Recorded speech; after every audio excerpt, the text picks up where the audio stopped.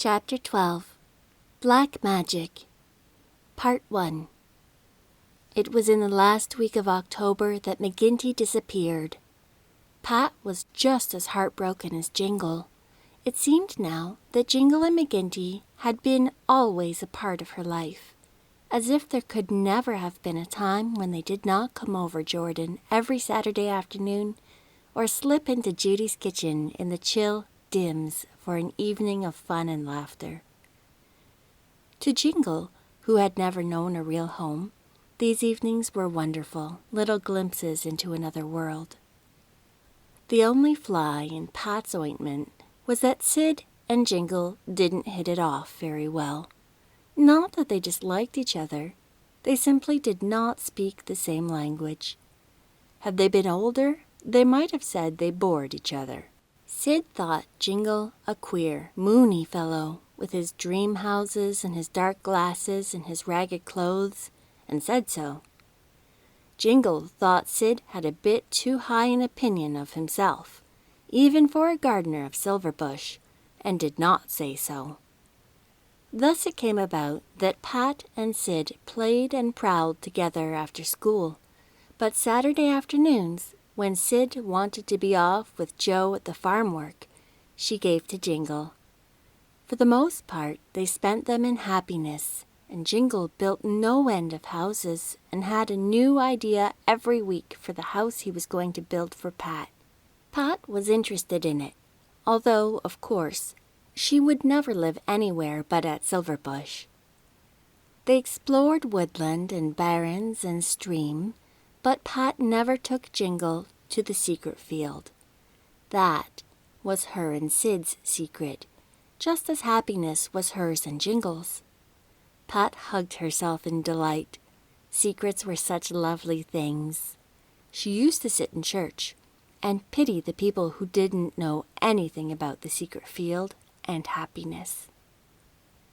McGinty went everywhere with them and was the happiest little dog in the world. And then there was no McGinty. Pat found Jingle in happiness one afternoon, face downward amid the frosted ferns, sobbing as if his heart would break. Pat herself had been feeling a good deal like crying. For one thing, that hateful May Binney had given Sid an apple in school the day before, a wonderful apple with Sid's initials and her own, such cheek, in pale green on its red side. May had pasted the letters over the apple weeks before, and this was the result. Sid was quite tickled over it, but Pat would have hurled the apple into the stove if she had dared. Sid put it on the dining room mantel, and she had to look at it during every meal. Then, too, Sid had been cross with her that morning because it had rained the day before. "You prayed for rain Thursday night. I heard you," he reproached her. "And you knew I wanted Friday to be fine." "No, I didn't, Siddy," wailed Pat. "I heard Dad saying the springs were so low, and the one that Jordan comes from is. That's why I prayed for rain. I'm sorry, Siddy." "Don't call me Siddy," retorted Sid, who seemed full of grievances just then. "You know I hate it." "I won't, ever again," promised Pat. "Please don't be mad at me, Sid. I just can't bear it." "Well, don't be a baby then. You're worse than Cuddles," said Sid. But he gave her a careless hug, and Pat was partially comforted. Only partially. She set off for happiness rather dolefully, but the sight of Jingle's distress drove all thoughts of her own troubles from her mind. "Oh, Jingle, what's the matter?" "McGinty's gone," said Jingle, sitting up. "Gone?" "Gone, or lost. He went with me to the store at Silverbridge last night, and he disappeared. I couldn't find him anywhere. Oh, Pat." Jingle's head went down again. He didn't care who saw him cry. Pat mingled her tears with his, but assured him that McGinty would be found, must be found. Followed a terrible week. No trace of McGinty could be discovered. Judy was of opinion that the dog had been stolen. Jingle put up a notice in the stores offering a reward of 25 cents, all he had in the world, for the recovery of McGinty. Pat wanted to make it 45 cents. She had a dime and was sure she could borrow another from Judy, but Jingle wouldn't let her. Pat prayed every bedtime that McGinty might be found and sat up in the middle of the night to pray again. Dear God, please bring McGinty back to Jingle. Please, dear God, you know he's all Jingle's got with his mother so far away.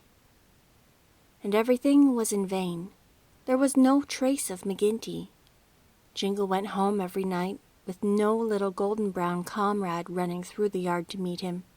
He could not sleep, picturing a little lost dog alone in the world on a bleak autumn night. Where was McGinty? Was he cold and lonely? Maybe he wasn't getting enough, or anything, to eat. Judy, can't you do something? Begged Pat desperately. You've always said there was a bit of a witch in you. You said once your grandmother could turn herself into a cat whenever she wanted to. Can't you find McGinty? Judy, who had, however, decided that something must be done before Pat worried herself to death, shook her head. I've been trying, me jewel, but I know when I'm bait. If I had me grandmother's magic book, I might manage it, but there it is.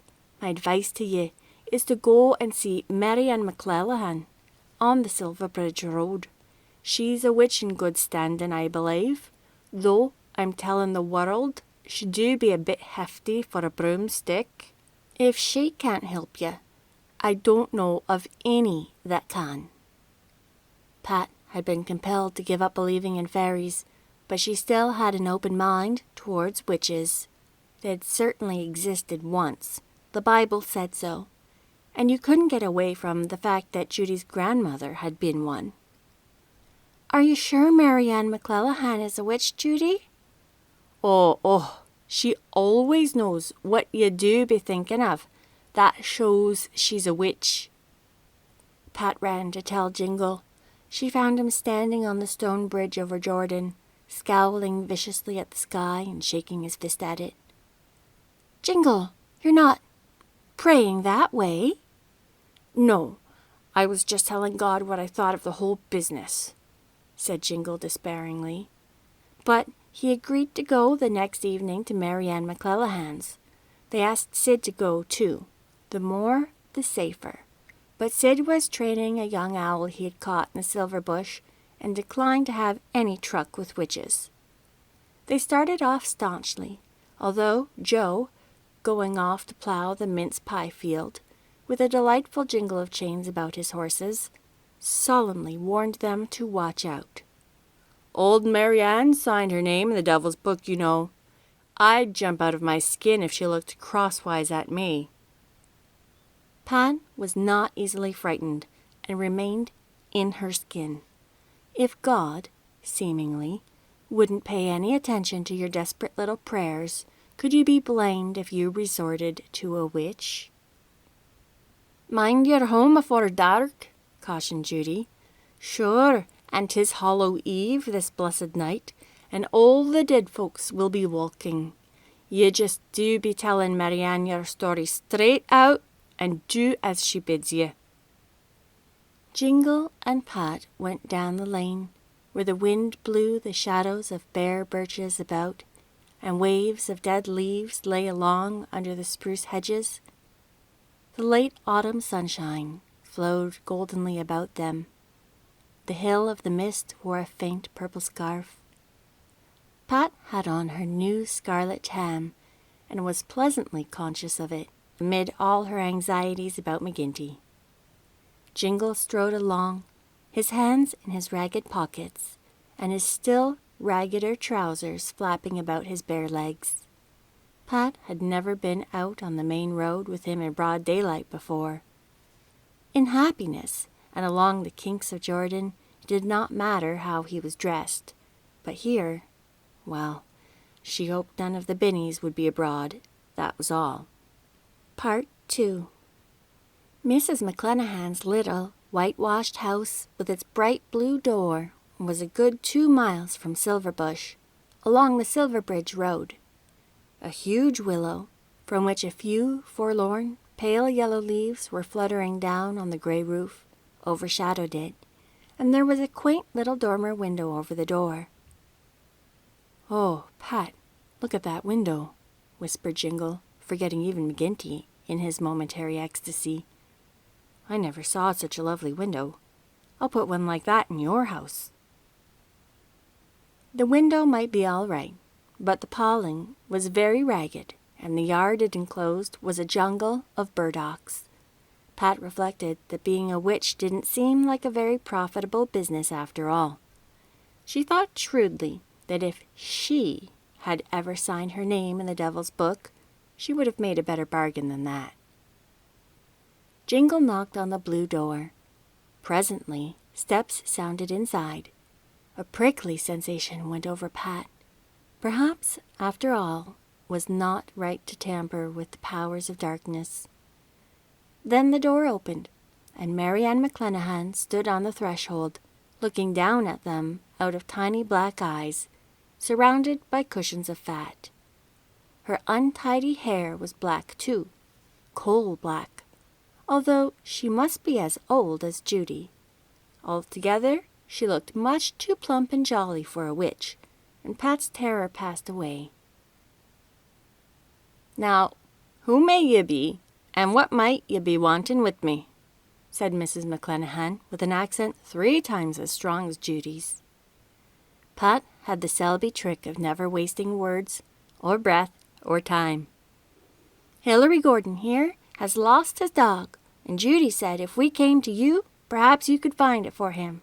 That is, if you really are a witch. Are you?" Mary Ann McClenahan's look at once grew secretive and mysterious.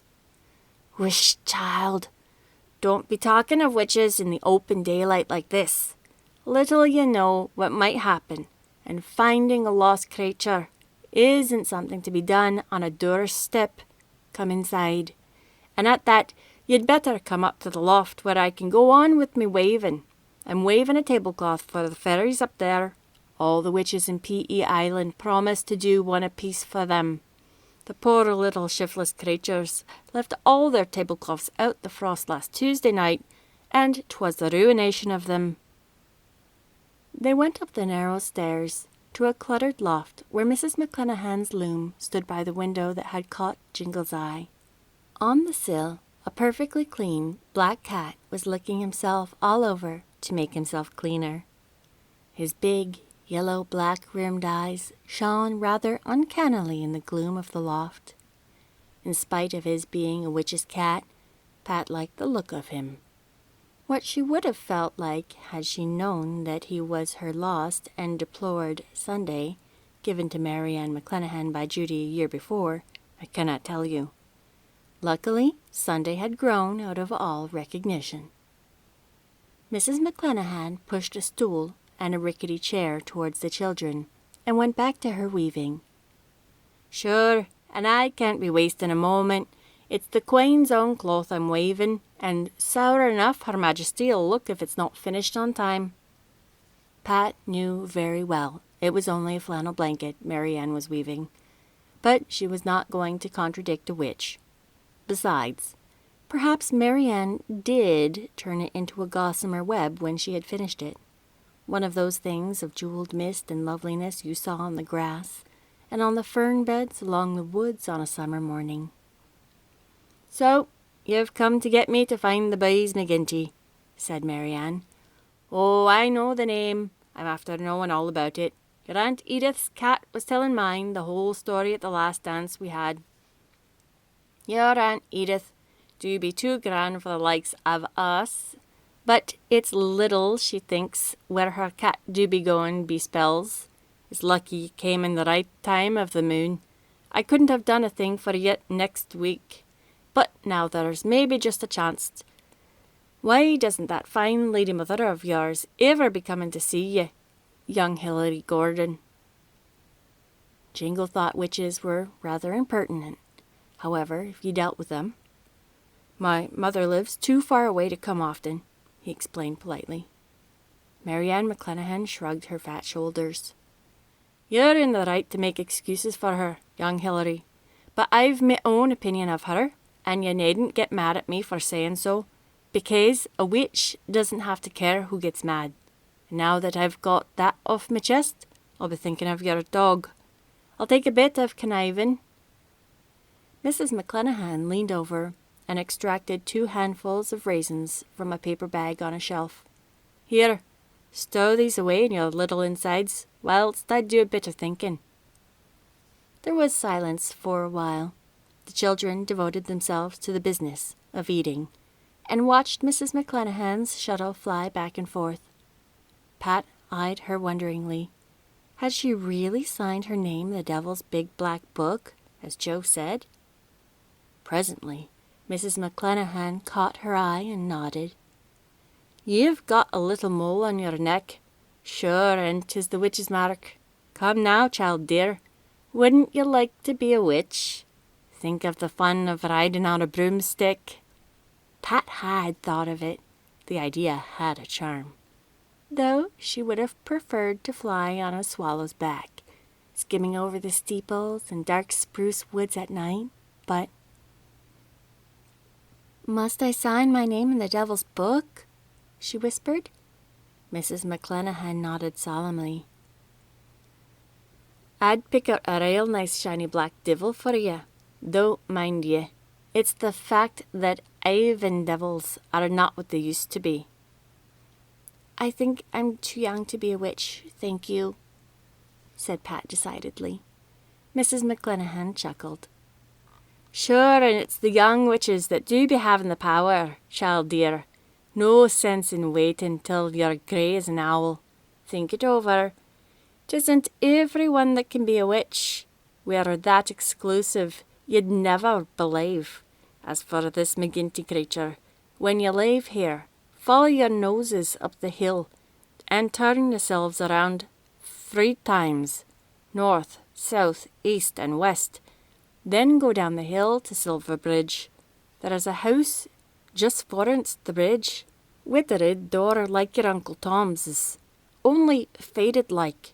Turn yourselves about 3 times again, and knock twice on the door, and if anyone comes, mind, I'm not saying anyone will, cross your fingers and ask, is McGinty here? Then, if you get McGinty, mind, I'm not saying you will, make a good use of your legs and ask no questions. That's all I can be doing for you.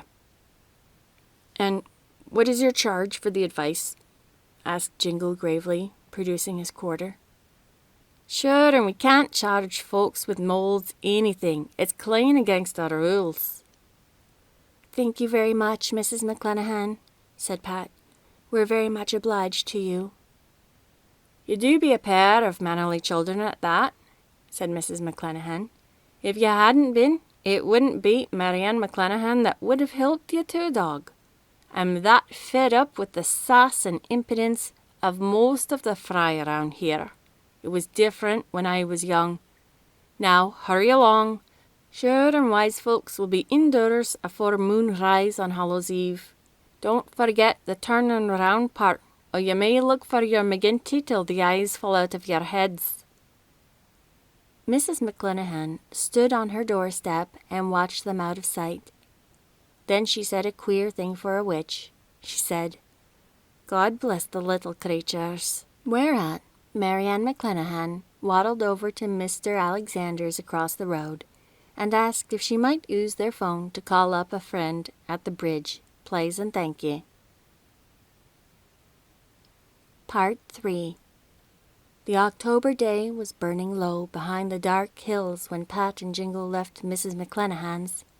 When they reached the top of the hill, they turned themselves around 3 times and bowed gravely to the north, south, east, and west. When they paused before the red-doored house at Silverbridge, they turned 3 times again. If there were no McGinty at the end of the quest, it should be through no failure of theirs to perform Witch McClenaghan's ritual scrupulously. When Jingle knocked twice, the door was opened with uncanny suddenness, and the doorway filled by a giant of a man in sock feet, with a bushy red head and a week's growth of red whisker. A very strong whiff floated out, reminding Pat of something Judy took out of a black bottle now and again in winter for a cold. They both crossed their fingers, and Jingle said hoarsely, "Is McGinty here?" The man turned and opened a mean little door at his right. Inside, on a rickety chair, sat McGinty. The look of misery in the poor dog's eyes changed to rapture. With one bound, he was in Jingle's arms. "He come here one night about a week ago," said the man. "That cold and hungry he was, and we took him in." "That was real good of you," said Pat, since Jingle was temporarily bereft of speech. "Wasn't it that now?"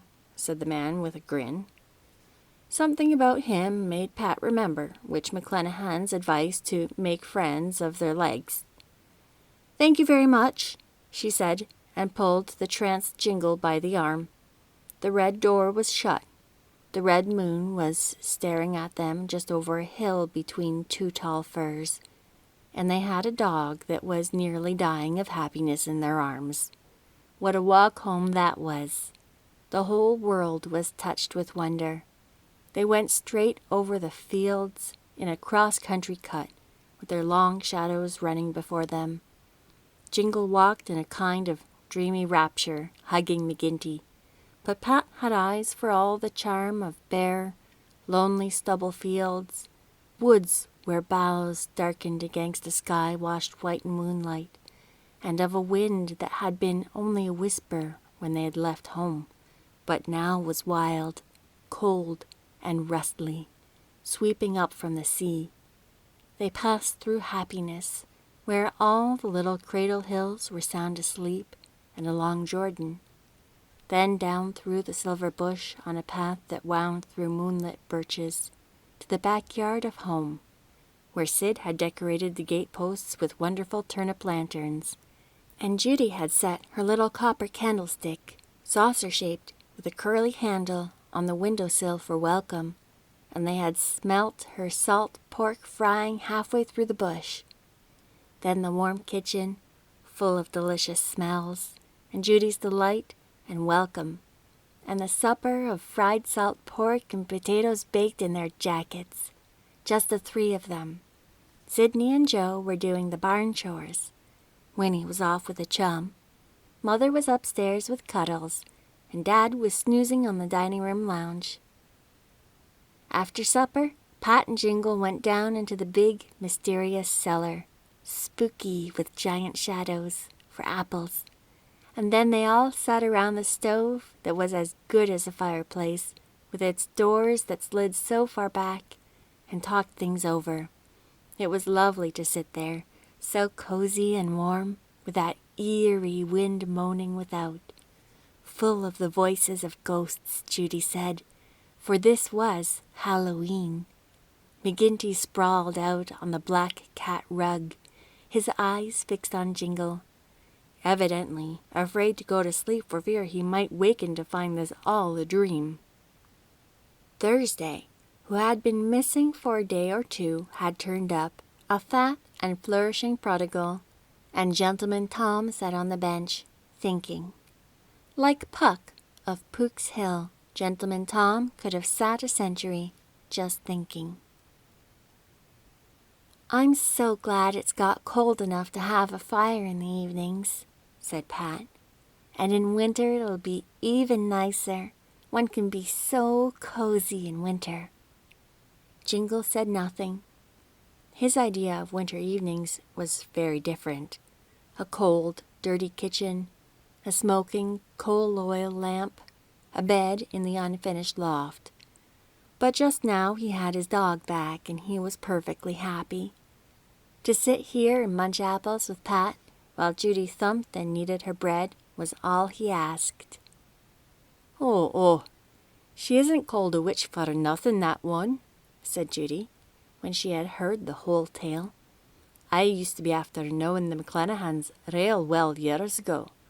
Tom McClenahan was a decent soul, although he'd talk the hind legs off a cat when he got started, A terrible talker, I'm telling you.